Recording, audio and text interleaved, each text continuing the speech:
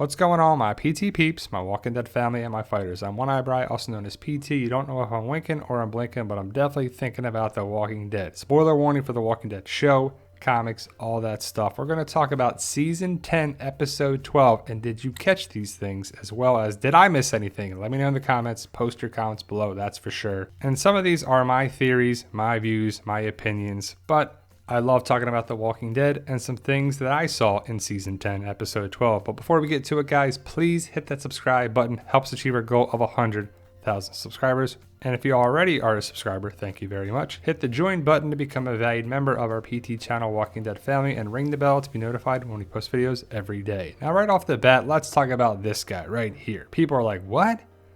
And this whisper saw Beta partially without his mask. And he was like, it's you. And a lot of people were confused. What was he talking about?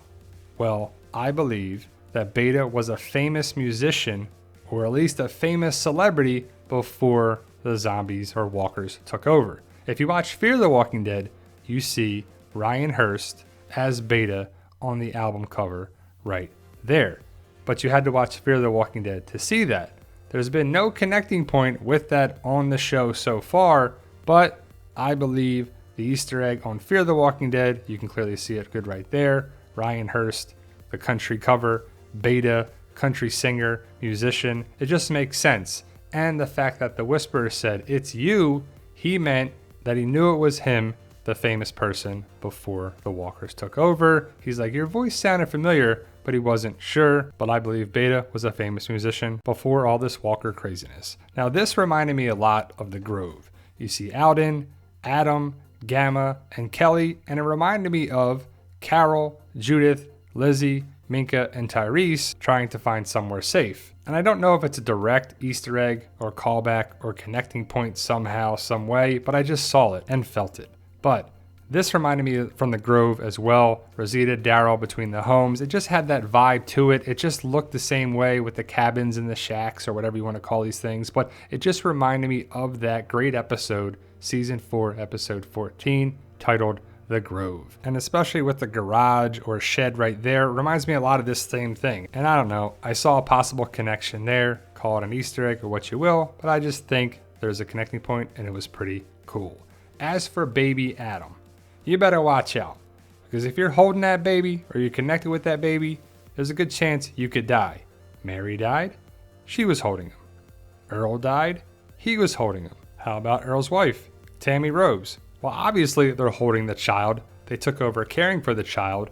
Well, the curse of baby Adam could be a thing, that's for sure. Frances, she gave birth to Adam, and then she died. Yes, by the hands of Mary, and it was a whole different thing, but either way, it's clearly a connection. Probably the person that's watching Adam right here died at the Battle of Hilltop, and we don't know who survived at Hilltop, but it's highly likely, right? And we know that Earl handed over baby Adam to Alden, and the foreshadowing was there, you know, for several different things, and Earl was getting more screen time, so we kind of felt that Earl was going to die, and he did in the episode. But I guess Alden, you better watch out. And it's all in fun, but there could be something to it. Kelly, you better watch out as well. You never know who could die in the back half of Season 10 or into Season 11, but what do you think of the baby Adam curse? Oh yeah, Connie saved Adam from the walkers outside of Hilltop, and then she got trapped in a cave. I think Connie's gonna live, but we just don't know. We haven't seen her since Season 10, Episode 9, and it's probably due to Lauren Ridloff filming The Eternals, but either way, there's something to it.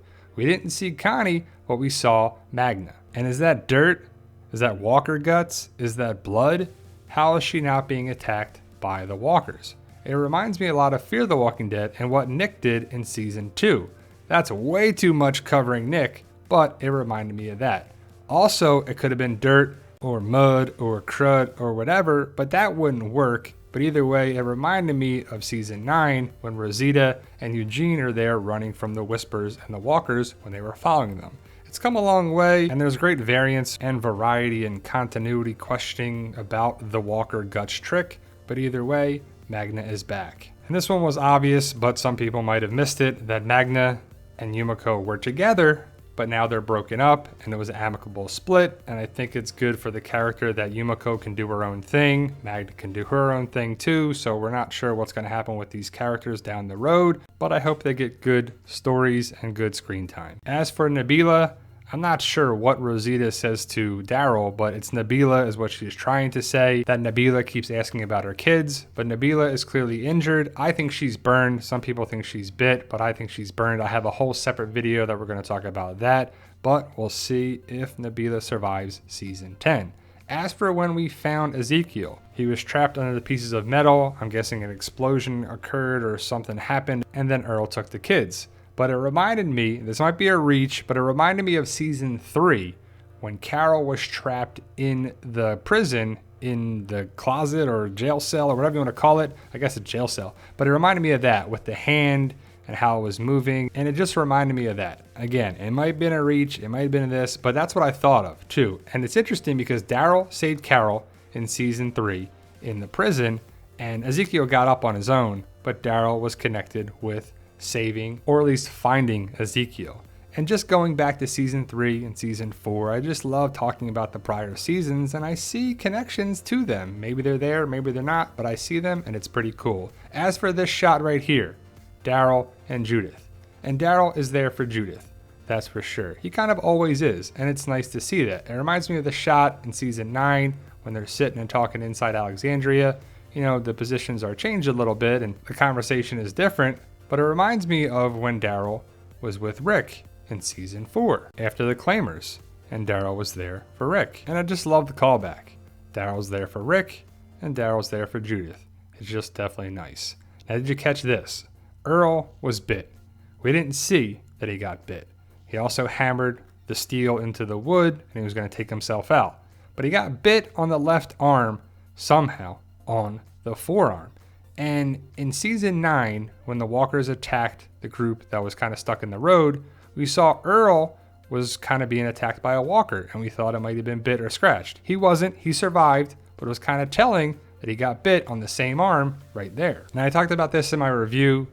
Judith and Earl and the kids seem to be in the same cabin or shack that Henry was with Judith in season 9. Also, Henry was in the same place with Addie, Gage, and the kids there when they were drinking, and that's when Henry got in trouble and he got put in jail, in Hilltop jail. And it's just interesting, you can see the stuff on the walls and it's clearly the same location. It was close to Hilltop, so that's where they went. And so I just see it connected right there. And again, you can see the stuff hanging, you can see the different stuff on the walls. And I love when they go back to places, even if it's just a small little thing like this, because it reminds me of different stuff and it connects and the continuity is there. Now, this is probably a reach, a big reach. But when Judith goes through the blankets and sees Earl, it reminded me a lot of season 9 when we see young Lydia there going through the blankets and she sees the walkers.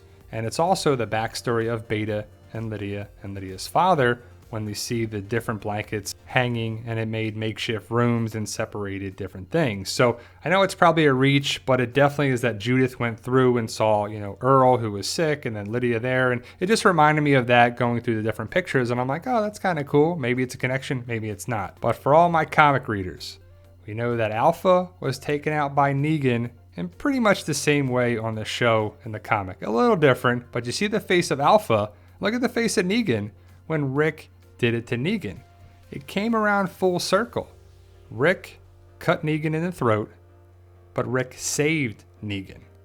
Negan basically did the same thing to Alpha, but didn't save Alpha as he was sent to take Alpha out. And I know one was with a knife versus piece of glass, but I just thought it was pretty similar and pretty interesting that Rick did it to Negan and Negan did it to Alpha. And the reason why Negan was kept alive was so that he could take out Alpha. If you knew the comics, you knew that was coming, and it did, and it was awesome. As for the comics, hopefully you read Here's Negan. It's pretty cool. It's a nice backstory of Negan. And I'm pretty sure this was the backstory from the comic to the show where Negan talked about his wife who was dying of pancreatic cancer, and she died, and she lost her hair. Kind of looked like Alpha, so maybe Alpha reminded Negan of Lucille, and it was a nice moment. And like I said, if you read Here's Negan, you know that's Lucille in the hospital bed, and there's Negan, looks a lot like Alpha, and Lucille died. she was reanimated as a walker, and it was somewhat connected on the show. But there you go. Did you catch these things? Was I reaching? Was I reaching too bad? Are they connected? Are they not? Well, I saw a lot of connecting points in season 10, episode 12. But either way, the episode was great, and I enjoyed it very much. Let me know your thoughts. Post your comments below. Did I miss anything? There's a couple things that I could have missed, for sure. I love hearing some things that you thought were caught in the episode, but thank you guys for watching. I truly appreciate it. And if you like what we do here at the PT channel, I have a book series, a zombie apocalypse book series. All these books are available now. Check out the link in the description below. I hope you join the fight and pick up your copy today. Thank you guys for watching, and tell them Daryl. Yo, we love you guys. Honestly, thank you.